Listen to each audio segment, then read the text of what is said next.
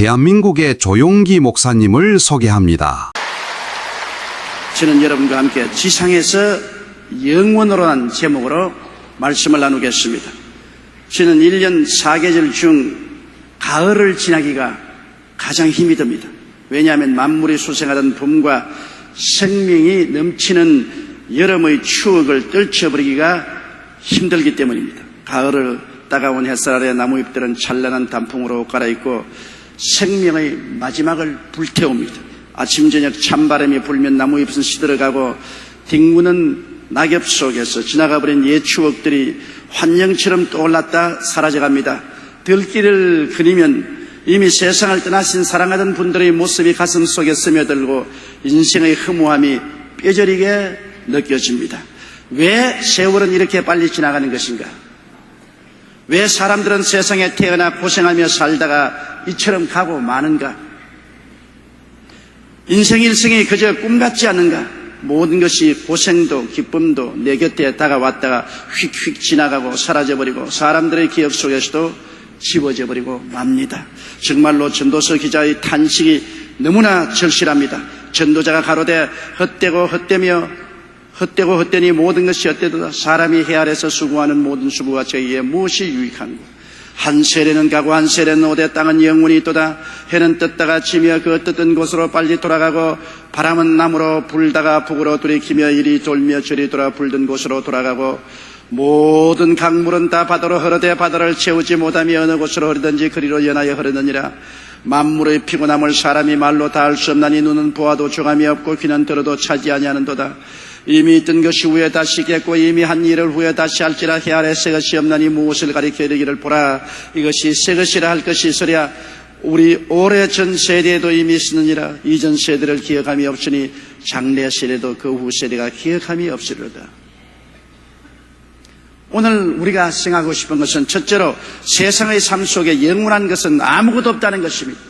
무엇을 보고 이것은 영원히 있을 것이다 이렇게 말할 수 있겠습니까? 욥기 14장 1절로 2절에 여인에게서 난 사람은 사는 날이 적고 괴로움이 가득하며 그 발생함이 꽃과 같아서 쇠하여지고 그림자같이 신속하여서 머물지 아니하거니라고 탄식하고 있는 것입니다. 7절로 12절에 나무는 소망이 나니 찢길지라도 다시 움이 나서 연한 가지가 끊이지 아니하며 그 뿌리가 땅에서 늙고 줄기가 흙에서 죽을지라도 물기운에 움이 있고 가지가 발하여 새로 심은 것과 같거니와 사람은 죽으면 소멸되나니 그 기운이 끊어진 적 그가 어디 있느뇨? 물이 바다에서 줄어지고 하수가 져서 마름같이 사람이 누우면 다시 일어나지 못하고 하늘이 없어지기까지 눈을 뜨지 못하며 잠을 깨지 못한다고 욥은 탄식하고 있는 것입니다. 우리가 이 세상에서 즐기는 지위, 명예, 그리고 권세, 부귀, 영화, 젊은 청춘, 업적, 이것들 중 그 어느 하나도 인간이 영원히 소유할 수 없습니다. 미국의 억만장자였던 하워드 휴즈는 죽을 때 마지막 남긴 말이 nothing, nothing, nothing이라고 말했습니다. 그렇게 많은 돈을 가지고 그렇게 주지 육림 속에 호화찬란하게 살았지만 그가 남긴 말은 아무것도 없다, 아무것도 없다, 아무것도 없다라는 비통한 고백을 하고 세상을 떴습니다. 여러분, 성경에는 창세기 3장 19절에는 흑인이 흑으로 돌아갈 것이라고 말했습니다. 인간 개체는 죽음과 함께 사라진다는 사실을 우리는 너무나 잘 알고 있습니다. 야고보서 4장 14절에 내일 일을 너희가 알지 못하는도다. 너희 생명이 무엇이뇨? 너희는 잠깐 보이다가 없어지는 안개니라. 인간은 빈손으로 왔다가 빈손으로 갑니다. 이 세상에 사는 동안에 부귀영화 공명을 잔뜩 쌓았다고 할지라도 이것은 물거품에 불과한 것입니다. 거품이 깨어지면 남는 것이 아무것도 없는 것입니다. 알렉산더 대왕은 20살의 왕이 되어 페르시아, 이집트, 이란 공원을 정복한 뒤 인도를 정복하려 갔으나 열병과 장마로 바벨론에 돌아와 아라비아 원정을 준비하던 중 34세에 갑자기 죽었습니다. 그는 모든 사람이 떠나간 죽음의 길을 앞두고 허무함을 절감하며 내가 죽거든 내 손을 빈손으로 관 밖에 내어놓아 성을 돌면서 인생은 공수래, 공식을 하고 외쳐라. 더 이상 정복할 땅이 없어 울었다는 천하의 알렉산더 대왕도 빈손으로 돌아가고, 거리에서 불쌍하게 살다가 죽어가는 사람도 빈손으로 돌아가는 것입니다. 온 천하를 손에 쥔 것 같이 생각했지만은 환영에 불과했습니다. 환 속에 들어갈 때 그는 빈손으로 돌아갈 수밖에 없은 것입니다. 혹시 역사의 폐지나 후생에 기획된다 하더라도 죽은 개인에게 무슨 유익이 있으며 상관이 있겠습니까? 죽고 난 다음에 역사의 폐지에 찬란하게 기록하고 후생들이 찬양을 한다 해도 죽은 그 사람에게 무슨 관계가 있습니까? 공동묘지에 가서 아름다운 꽃으로 장식하고 찬양하고 칭찬하고 박수를 쳐보십시오. 무슨 대답이 있는가? 죽은 사람은 아무런 대답도 없는 것입니다. 지나가버린 바람과 같은 것입니다. 1954년 노벨 문학상을 받은 헤밍웨이는 정신병원을 전전하다가 61년 엽총으로 자살했는데, 그가 남겨놓은 유언에 보면 나는 전지약이 다 떨어지고 코드를 꽂으려 해도 전원이 없는 라디오의 진공관처럼 외로움과 공허함 속에 살고 있다. 나는 필라멘트가 끊어진 텅 빈 전구처럼 공허하다. 그렇게 말했죠. 부귀영화 공명을 다 가지고 있었는데, 일생의 쾌락을 추구하며 살았는데, 그래도 그가 이것이라고 알맹이가 있게 잡은 것이 하나도 없다. 너무나 허무하고 공허해서 견딜 수가 없다. 그래서 엽총으로 자살했다. 내용이 없는 삶은 겉만 찬란했지 실체가 없는 것입니다. 영원히 살지 못하는 인생에게는 다 허무하고 무의미할 따름인 것입니다.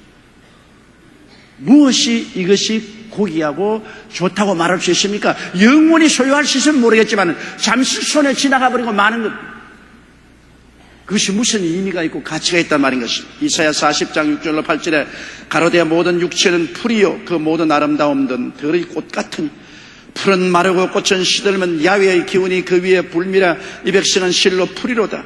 풀은 마르고 꽃은 시르나 우리 하나님의 말씀은 영영이 세리라 하리라. 하나님 말씀 이외에 인생은 일장지 춘몽입니다. 여러분, 노생지몽이란 중국에 고사가 있습니다. 옛날 당나라에 노생이라는 젊은이가 한단이라는 곳으로 가던 중 잠시 주막에서 쉬게 되었습니다. 마침 같은 방에 머무른 한 노인과 술잔을 나누며 이런저런 이야기를 하다가 갑자기 한숨을 내쉬더니 사나이로 태어나 부귀영화도 한번 누리지 못하고 시골 구석에 처박혀 있다니라고 말하면서 자신의 신세를 한탄했습니다. 노인은 무슨 말이냐고 묻자 그는 입신 출시하여 부귀영화를 누려보는 것이 소원이라고 대답했습니다. 그리고는 술 기운에 그대로 잠이 들었습니다. 그 다음날 아침 그는 주막을 나와 어느 마을로 들어갔습니다. 그는 그곳에서 당대 최고의 부자였던 최 씨의 딸과 결혼하고 날로 살림이 불어나 3년 후에는 수도 장관이 되었습니다. 그리고 몇 년 후에는 오랑캐가 쳐들어왔을 때 이를 격파하여 공을 세웠고 드디어 재상의 자리까지 오르게 되었습니다. 그러나 그를 시기하던 간신들의 모함을 받아 역적으로 몰려 귀향을 떠나게 되었습니다. 그는 귀향지의 조그마한 오두막에서 내가 고향에서 농사나 짓고 있었으면 평안히 살 수 있었을 텐데 무엇이 부족하여 벼슬을 하려고 하였던가. 한탄하며 칼을 뽑아 자결하려고 했습니다. 그때 누군가가 자신의 몸을 흔들었습니다. 그가 일어나 주위를 둘러보니 예전에 머물렀던 주막집이었고 옆에는 노인이 그대로 있었습니다. 노생은 깜짝 놀라며 아니 이게 다 꿈이었던가 하고 소리쳤습니다. 그때 노인은 인생이란 원래 그런 걸세 하며 끌끌끌 웃었습니다. 이 이야기에서 노생지몽이라는 말이 나왔는데 이는 인생이란 꿈과 같이 덧없는 것임을 말하고 있는 것입니다. 하룻밤 꿈에 일생을 다 살아버린 것입니다. 우리도 일생이 지나고 나면 돌이켜보건대 일장지 춘몽인 것입니다. 사람이 이것이 참 삶의 의미와 가치가 있다고 주장할 수 있는 내용이 없는 것입니다. 인생에 아무것도 영원히 있을 실체가 없는 것입니다. 이것이 오늘 인간의 비관인 것입니다. 그러나 둘째로 오늘 생각하고 싶은 것은 영원을 지상에 가져온 이가 있습니다. 아무것도 영원이 없는데 영원을 지상에 가지고 오신 분이 계십니다. 일반 철학이나 해탈의 종교는 이와 같은 삶의 절망을 수양과 참선을 통하여 뛰어넘으려고 애를 쓰는 것입니다. 인간적인 힘으로 어찌하는지 인간의 허무와 무의미를 극복하고 살아보려고 애를 쓰고 있습니다. 수양과 참선 이 모든 것을 다 합쳐봐도 인간의 힘으로 허무와 무의미를 이겨낼 수가 없습니다. 우리 한국에서 가장 수양을 많이 하고 참선을 많이 했다면 불교계의 스님 성철 이상은 없을 것입니다. 그는 일생 동안 참으로 대단한 고행을 했습니다. 결혼 직후 처자식을 남겨두고 출가하여 수행에 들어가 부모가 찾아와도 수행에 방해된다고 만나지 않았습니다. 그가 거하는 곳에 철조망을 쳐놓고 10년간은 사람이 들어가지 못하게 막고 사람을 만나지 아니했으며 16년간은 솔잎가루와 쌀가루만 먹고 살았고 8년간은 눕지 않고 앉은 채 자면서 수양을 쌓았습니다. 이런 엄청난 고행을 쌓고도 마음에 평안이 없었습니다. 그가 세상을 떠나기 전 마지막 남긴 말은 자신은 한평생 너무나 많은 사람을 속였다고 했습니다. 너무도 많이 거짓된 말을 했기 때문에 죄가 하늘에 다 산보다 더하다고 했고 그 때문에 산채로 지옥에 떨어진다고 그렇게 말했습니다. 평생을 고행하고 수행하며 떡을 쌓았지만 중국적으로 그의 마음속에 결코 참된 평안을 얻을 수 없었는데 우리 같은 범인이야 어디에 감히 수양과 도덕으로 구원과 참평안에 이른다고 말할 수가 있겠습니까? 어림도 없지 않습니까? 골로새 2장 8절에 누가 철학과 헛된 속임수로 너희를 노략할까 주의하라. 이것이 사람의 유전과 세상의 초등학문을 쫓음이요 그리스도를 쫓음이 아니라고 말하고 있습니다. 시편 39편 4절로 5절에 야훼여 나의 종말과 연한의 어떠함을 알게 하사 나로 나의 연약함을 알게 하소서. 주께서 나의 나를 손넓이만큼 되게 하시며 나의 일생이 주의 앞에는 없는 것 같사오니 사람마다 그 든든히 선 때에도 진실로 허사뿐이니. 내 인생은 주님 앞에서 없는 것과 한 가지라고 했습니다. 그러나 예수님이 영원한 하나님으로서 유한한 인간으로 오셔서 유한한 인간 속에 영원한 삶의 희망을 심어주시게 된 것입니다. 예수님은 평범한 사람이 아닙니다.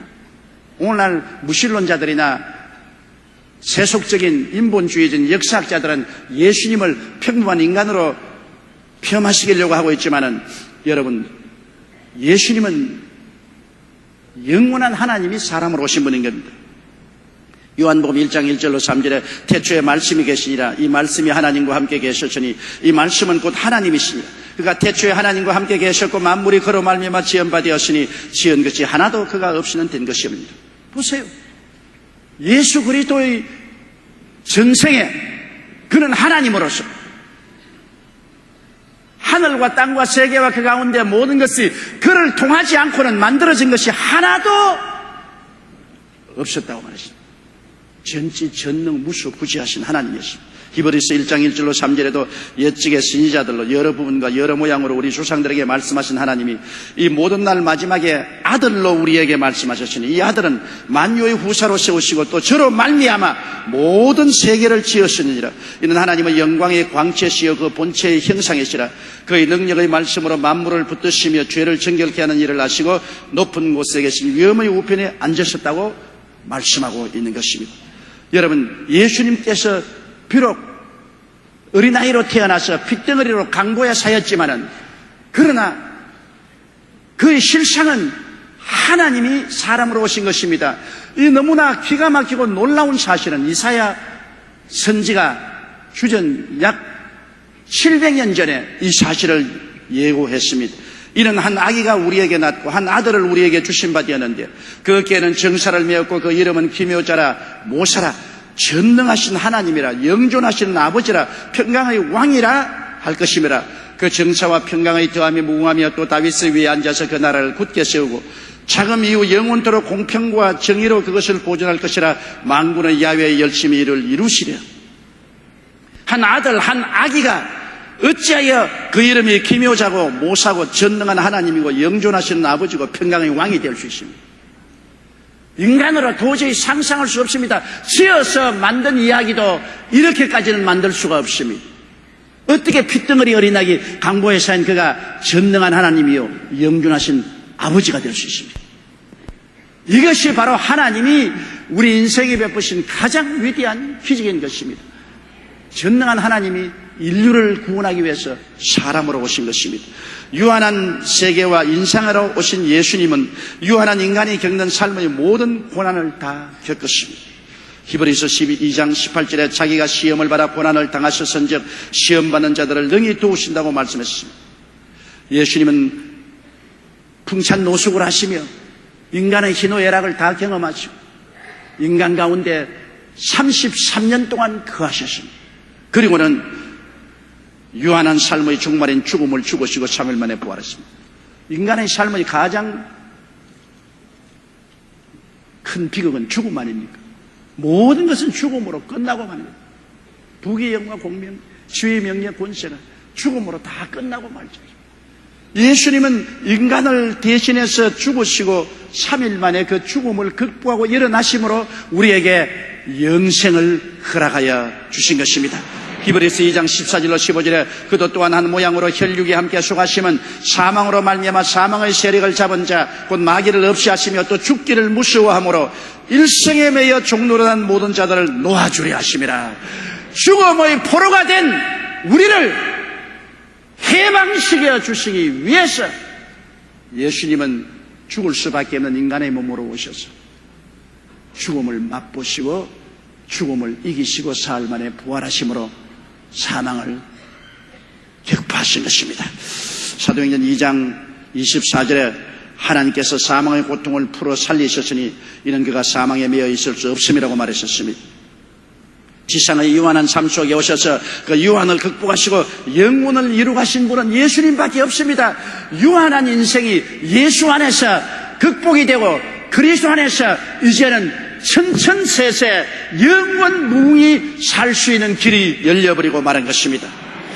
요한복음 11장 25절로 26절에 예수께서 가라사대 나는 부활이요 생명이니 나를 믿는 자는 죽어도 살겠고 무릇 살아서 나를 믿는 자는 영원히 죽지 아니하리라.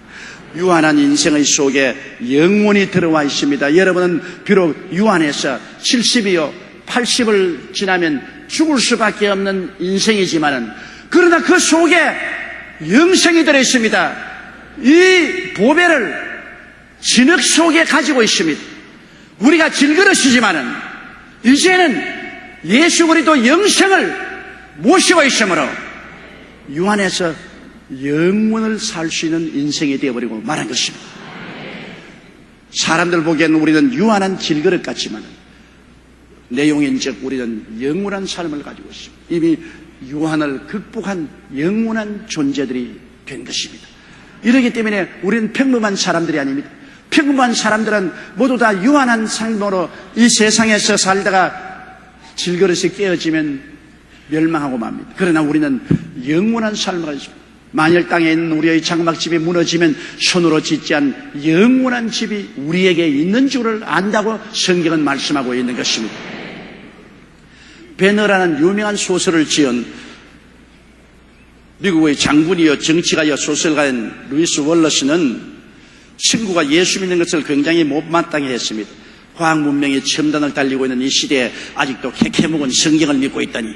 그래서 그는 성경의 불합리성과 성경의 낡은 모순을 지적하고 친구들과 성경을 토론해서 성경의 불합리성과 모순을 폭로하기 위해서 성경을 연구하기 시작했습니다. 그러나 성경을 공부하면 할수록 놀라운 사실들과 부딪히게 되었습니다. 고고학적으로 역사적으로 수많은 자료를 갖다 놓고 연구하며 압도될 만한 성경의 놀라운 증언 앞에 마침내 그의 마음이 조금씩 흔들리기 시작했습니다. 그는 성경에 대한 반론의 책을 쓰다가 붓을 꺾어버리고 예수 그리스도를 개인의 구주로 주님으로 영접하였습니다. 그리고 새롭게 발견한 예수님과 성경에 대한 충격을 소화하기 위해서 책을 쓰기 시작했습니다. 이 책이 바로 벤허라는 유명한 책입니다. 출판 동시에 베스트셀러가 되었고 여러 차례 연극화 영화화되어 전 세계 감동을 안겨주고 1959년도 제작된 영화는 아카데미 11개 부문을 석권했습니다. 보십시오.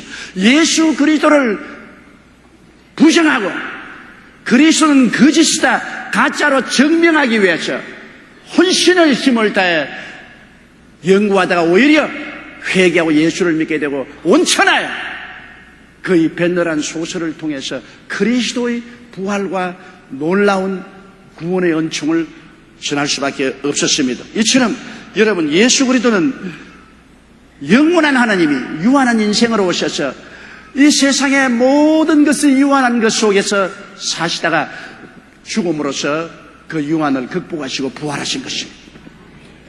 부활이요 생명이신 그리스도는 이제 우리 속에서 영원을 접붙여 주셨습니다. 우리는 비록 육신에 사나 영원을 가지고 삽니다. 죽으나 살고 또 살면 또 사는 것입니다. 셋째로 유한 속에 살면서 영원을 가진 우리의 삶을 한번 생각해 보십시오. 예수님을 구주로 모셔드리면 유한한 삶이 영생의 품에 안기게 됩니다. 우리 유한한 삶이 이제는 영원을 품고 살게 되니 이게 기이한 일이 아닙니까? 요한복음 1장 12절 13절에 영접하는 자 곧 그 이름을 믿는 자들에게는 하나님의 자녀가 되는 권세를 주셨으니 이런 혈통으로나 육정으로나 사람의 뜻으로 나지 아니하고 오직 하나님께로서 난 자들이 하나님의 아들이 된 권세를 받았습니다. 하나님의 아들이면 하나님과 영원히 같이 사는 권세가 있습니다. 요한복음 14장 1절로 3절에 너희는 마음에 근심하지 말라. 하나님 믿으니 또 나를 믿으라. 내 아버지 집에 거할 곳이 많도다. 그렇지 않으면 너희에게 일렀으리라. 내가 너희를 위하여 처소를 예비하라더니 가서 너희를 위하여 처소를 예비하면 내가 다시 와서 너희를 내게로 영접하여 나 있는 곳에 너희도 있게 하리라. 너희는 공동묘지에서 너희 생애는 끝난다. 너희 해골이 그곳에서 다 박살이 나고 너희 흙은 진흙으로 몸은 돌아갈 것이다. 그렇게 말하고 있지 않습니다. 주님은 내가 너희를 영접하러 와서 너희를 나 있는 곳에 영원히 함께 있게 하겠다고 말씀하신 것입니다. 그러므로 우리는 이제는 유한한 존재가 아니요 영원한 존재입니다. 유한한 흙의 장막집이 무너지면 손으로 짓지 않은 영원한 집이 우리를 위해서 기다리고 있는 우리들인 것입니다.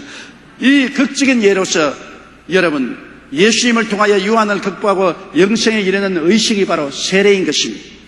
로마서 6장 4절 5절에 그러므로 우리가 그의 죽으심과 합하여 세례를 받음으로 그와 함께 장사되었나니 이는 아버지의 영광으로 말미암아 그리스도를 죽은 자 가운데서 살리심과 같이 우리로 또한 새 생명 가운데서 행하게 하려 함이라. 만일 우리가 그의 죽으심을 본받아 연합한 자가 되었으면 또한 그의 부활을 본받아 연합한 자가 되리라. 예수와 연합한 자가 되었습니다. 세례받을 때 우리 구원의 진실을 보여주는 것입니다. 그리스도와 연합해서 우리는 물무덤 속에 들어가서 옛날을 장사해버립니다. 우리가 물에서 나올 때 그리스도와 연합해서 부활의 생명을 가지고 그리스도와 영원히 사는 것을 하나님 앞과 사람 앞과 마귀 앞에서 증명하는 것이라는 것입니다. 그러므로 세례를 통해서 체험한 이 사실은 여러분과 나의 인생에 일어난 하나님의 놀라운 은총을 대변하는 것입니다. 오늘날 많은 예수 믿는 사람들이 입술로 주여 주여지만 여러분 이와 같은 극적인 체험을 하지 않은 사람은 영혼을 소유하지 못한 사람입니다. 문화적인 그리스도인이 많아요. 여러분 구라파에 가면은 모든 것이 그리스도의 흔적입니다. 그들은 다 크리스마스를 지내고 부활절날 국가적인 공휴일입니다. 오순절날도 놉니다. 그리고 정치, 경제, 교육, 문화, 군사, 산업 모든 것에 예수 그리스도의 가르침이 들어있습니다. 그러나 그곳에 사는 사람들이 예수를 구주로 모셨나요? 예수를 구주로 모시지 않고 있습니다. 예수가 누군지도 모릅니다. 문화적인 그리스도. 그래도 물어보면 전부 우리는 크리스찬이라고 말합니다. 그런 태어나면 교회에 가서 동적부를 냅니다. 죽어서도 사망진단서를 교회에서 뗍니다. 결혼은 교회에서 합니다. 그러나 예수는 모릅니다. 문화적인 크리스찬, 이것은 영생이 없습니다. 또는 전통적인 그리스도인들도 있습니다. 우리 할아버지가 예수 믿었다. 우리 아버지가 예수 믿었다. 그러므로 나도 교회 나간다. 그것은 전통적으로 우리 가정은 다른 종교 아닌 그리스도를 모시기 때문에 그저 왔다 갔다 하지만은 그리스도를 만나지 못한 사람들, 영생이 없습니다. 의식적인 그리스도인들도 있습니다. 1년에 크리스마스 때 한번 형식적으로 와보고 부활절 때 한번 교회 나오고 그 다음에는 1년 내내 세속에 취해서 합니다. 의식적이고 형식적인 크리스찬입니다. 영생이 없습니다. 학문적인 그리스도인도 있습니다. 일평생 그리스도교를 학문으로 공부하면서 그것을 가르치면서도 예수를 구주로 모시지 못한 사람이 허다히 많습니다. 여러분, 우리가 영생을 얻기 위해서는 그리스도와 만나야 되는 것입니다. 내가 예수 그리스도를 구주로 극적으로 모셔드려서 옛사람은 그리스도와 함께 죽고 그리스도와 함께 사는 그러한 놀라운 동기가 부여되어야 되는 것입니다. 요한복음 14장 6절에 예수께서 가라사대 내가 곧 길이요 진리요 생명이니 나로 말미암지 않고는 아버지께로 올 자가 없나니라. 그리스도 이외에는 안 되는 것입니다. 요한복음 7장 17절 3절에 영생은 곧 유일하신 참 하나님과 그의 보내신 자 예수 그리스도를 아는 것이라고 말했습니다. 요한복음 5장 24절에 내 말을 듣고 또 너 보내신 이를 믿는 자는 영생을 얻었고 심판에 이르지 않으니 사망에서 생명으로 옮겼느니 하나님 아버지를 믿고 예수를 만나야 됩니다. 그래서 예수가 내 구주가 되신 것을 내가 공개적으로 입술로 시인할 때 영생이 우리 속에 들어오게 되는 것입니다. D.L. 무디는 그래 자신을 믿어보라. 그들은 실망할 때가 있을 것이다. 친구를 믿어보라. 어느 날 그들은 죽거나 그렇지 않으면 그대와 헤어질 것이다. 그대의 명성을 믿어보라. 어느 회방하는 혀가 그것을 뒤집어 엎을 것이다. 그러나 그리스도를 믿어보라. 그대는 이 생과 저생에 후회함이 없을 것이라고 말하셨습니다. 옛날 이집트 왕조 때는 140여 개의 크고 작은 피라미드가 건설되었고 현재 그 위치가 확인된 것마다 80여 개가 넘습니다. 이 중에서 가자에 있는 쿠프 왕의 피라미드가 가장 큰데 한 변이 233m, 높이가 146m로 가장 큽니다. 이것을 짓기 위해 2.5톤짜리 스퀘어석이 230만 개 사용되었습니다. 10만여 명이 20년 동안 동원되었다고 합니다. 그들이 이러한 엄청난 노동력과 자금과 시간을 들여 무덤을 만든 것은 죽은 자를 미라로 보관하면 그 영혼이 돌아와 부활한다는 미신 때문인 것입니다. 사람들은 자신의 유한성을 초월하고 부단히 노력함으로 영생을 얻으려고 노력했습니다. 불로장생을 꿈꾸던 불로초를 찾고자 했던 진시황이나 죽은 후에라도 다시 살고 싶어 피라미드를 건축한 이집트의 왕들이나 모두 인간의 능력으로 유한한 삶을 극복하고자 했던 것입니다. 그러나 그들의 노력은 허망하게 짝이 없습니다. 수천 년의 세월이 지나고 난 다음 저 사막 가운데 우뚝 선 피라미드 속에 있는 그 옛날 이집트의 왕들은 다 말라빠진 미라로 변화되고 말았습니다. 인간의 노력으로 유한한 곳에 영원한 생명을 가져오려고 아무리 발버둥을 쳐도 소용이 없습니다. 사람은 한번 나서 죽는 것이 정한이치요 죽고 난 다음에 심판이 있습니다. 유한한 인간이 영원한 세계를 접하려면 오직 지상의 유한한 삶 속에 오셔서 그 유한을 죽었다가 부활함으로 극복하시고 영원을 이루신 하나님의 아들 예수 그리스도를 구주로 모셔야만 이루어지는 것입니다. 예수님만이 영원히 우리에게 생명을 주신 것입니다. 유한한 이 세상의 인간의 삶은 그것이 기쁜 순간이든 고통스러운 순간이든 다 지나가 버리지만 예수님을 구주로 모셔드리면 유한 속에서도 영혼을 품고 우리는 영혼을 바라보고 살아갈 수가 있는 것입니다. 넷째로 영혼을 가져주는 행복을 우리는 생각해 봐야 됩니다. 삶의 모든 것이 영혼이 계속되는 데 의미가 있습니다. 영혼이 사니까 의미가 있죠. 우리 아버지 어머니 사랑하는 형제 자매도 현재 살 때가 죽어서 헤어져 버리면 의미가 없지 않습니까? 그러나 저들이 그리스도 안에서 세상에서 우리 흙 속에 살다가 천상에 올라가서 다 그리스도의 모습으로 만날 것을 생각하니 우리가 의미가 있습니다. 우리가 형제, 친구, 친지 밉든 곱든 이 땅에서 서로 만나 살던 우리들이 영원히 헤어진다면 의미가 없지 않습니까? 변화된 사람들로서 영원히 천국에서 만날 수 있으니 우리의 모든 것이 의미가 있습니다. 우리 예수 믿는 사람은 사소한 것 하나라도 영원하지 않은 것이 없습니다. 없어지지 않아요. 다 선악간에 우리가 하는 일에 대한 대가를 받게 되는 것입니다. 없어지고 사라지고 잊혀지는 것이 아니라 우리는 지위, 명예, 부귀, 영화, 공명을 다 가졌다 할지라도 이것이 사라지는 것이 아니라 이를 통해서 무슨 일을 했는가는 영원히 남게 되는 것입니다. 영원히 하나님 앞에 평가를 받게 되기 때문에 우리는 영혼과 같이 사는 것입니다. 데살로니가전서 4장 14절로 18절에 우리 예수의 죽었다가 다시 사심을 믿을진데 이와 같이 예수 안에 사는 자들도 하나님이 저와 함께 데리고 오시리라.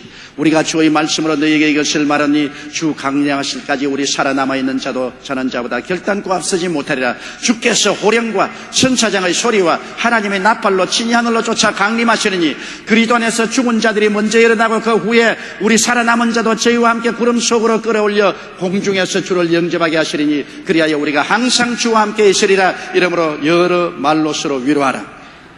여러분 보십시오. 영원히 유한 속에 들어와 있기 때문에 우리 먼저 유한을 깨뜨리고 떠나간 사람도 주님과 함께 오고 우리도 영원을 얻을 때 주 안에서 그들을 만나게 되고 우리에게는 유한으로서 사라지는 것이 없습니다. 우리가 생활 중에 탤런트를 받아서 일한 것도 영원히 상급이 따릅니다. 내가 남편으로서 아내로서 사회인으로서 공무원으로서 일한 것 모든 것이 탤런트 그것에 우리 일한 것도 영원히 칭찬과 꾸짖음을 동시에 받게 되는 것입니다. 영원히 따른 것입니다. 마태복음 25장 21절에 그 주인이 이르되 잘하였도다 착하고 충성된 종아 내가 작은 일에 충성하였으면 내가 많은 것으로 내게 맡기리니 내 주인의 즐거움에 참여할지라고 말한 것입니다. 영원입니다. 이까지 끝뭐 내가 죽으면 그뿐인데 가정주부로서 뭐 성실할 것이 아닙니다. 죽으면 없어지지 않습니다. 영원히 살죠. 내가 뭐 남편 노릇 충실할 게 뭐냐 그냥 우연히 왔다고 우연히 헤어지면 그뿐이죠. 아니요. 훌륭히 남편으로서 임무를 다하는 것은 영원히 남는 것입니다. 거기에 대한 농공행상이 하늘나라에서 반드시 있게 되는 것입니다. 봉사와 헌신의 영원한 보상이 따릅니다. 우리 성도들이 주님을 열심히 섬깁니다. 이런 새벽부터 와서 교통 정리를 하고 혹은 성도들의 출입을 정돈하고 돌봐줍니다. 다리가 퉁퉁 붓습니다. 무슨 이익이 있으려고 생각합니까? 영원하고 연결되어 있습니다. 지금 오늘 충성하고 헌신하는 것이 모두 다 영원과 연결되어 농공행상에 들어가게 되는 것입니다. 다니엘서 12장 2절로 3절에 땅의 티끌 가운데서 자는 자 중에 많이 깨어 영생을 얻을 자도 있겠고 수욕을 받아서 무궁히 부끄러움을 입을 자도 있을 것이며 지혜 있는 자는 궁창의 빛과 같이 빛날 것이요 많은 사람을 옳은 대로 돌아오게 한 자는 별과 같이 영원토록 비치리라고 말씀하고 있는 것입니다. 없는 것은 하나도 없습니다. 다 있습니다. 다 우리의 행한 일이 보상으로 따라오게 되는 것입니다. 고린도전서 15장 58절에 그러므로 내 사랑하는 형제들아 견고하며 흔들리지 말며 항상 주의 일에 더욱 힘쓰는 자들이 되라. 이런 너희 수고가 주 안에서 헛되지 않은 줄을 알미라. 하나도 헛된 것이 없습니다. 왜? 우리는 영원 속에 사는 사람들이요 영원을 가지고 있는 사람이요 영원히 우리의 생활의 보상이 따르기 때문인 것입니다.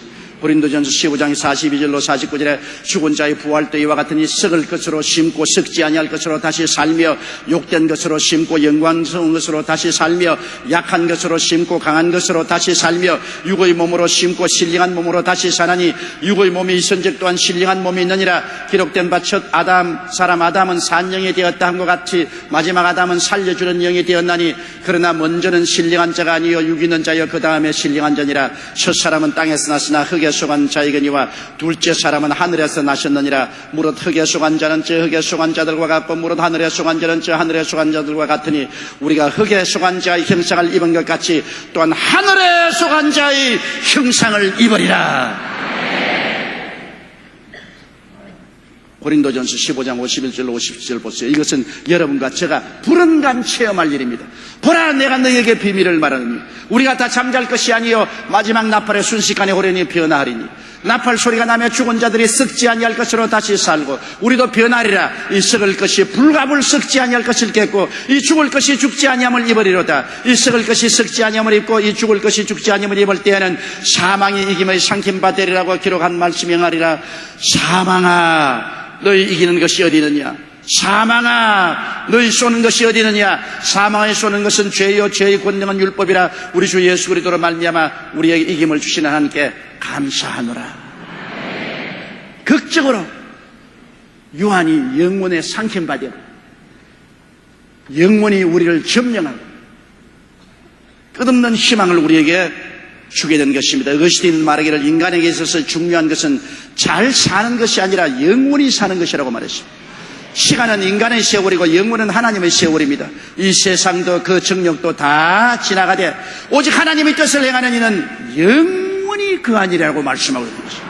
히브리서 9장 20절에 한번 죽은 것은 사람에게 정하신 것이요 그 후에는 심판이 있으리라.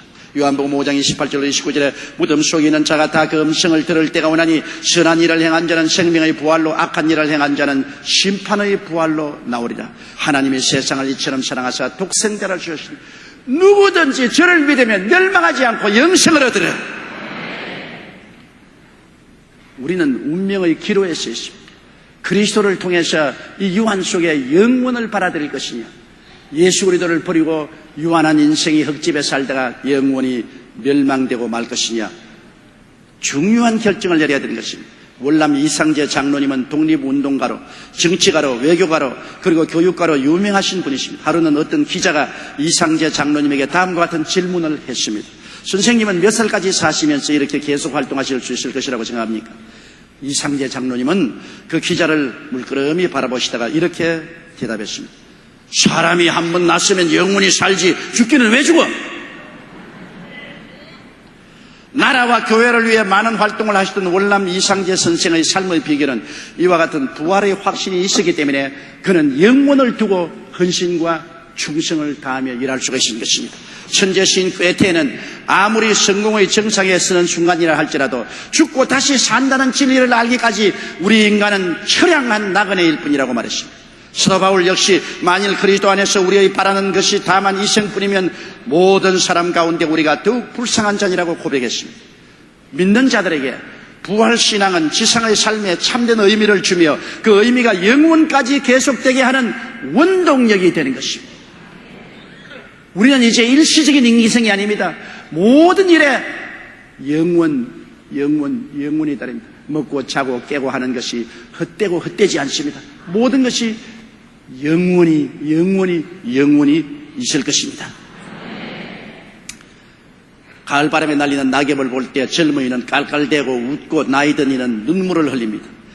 그러나 세월은 그 젊은이들도 다 순식간에 노년으로 밀쳐버리고 맙니다. 예수님 밖에 있는 삶이란 종국적으로 헛되고 허무하고 절망적입니다. 그러나 우리의 유한한 가슴 속에 영원하신 예수님을 모시면 인생 종말은 사라지고 오직 영원한 삶과 믿음, 소망, 사랑이 끝없이 펼쳐지는 영광스러운 삶을 살게 되실 것입니다.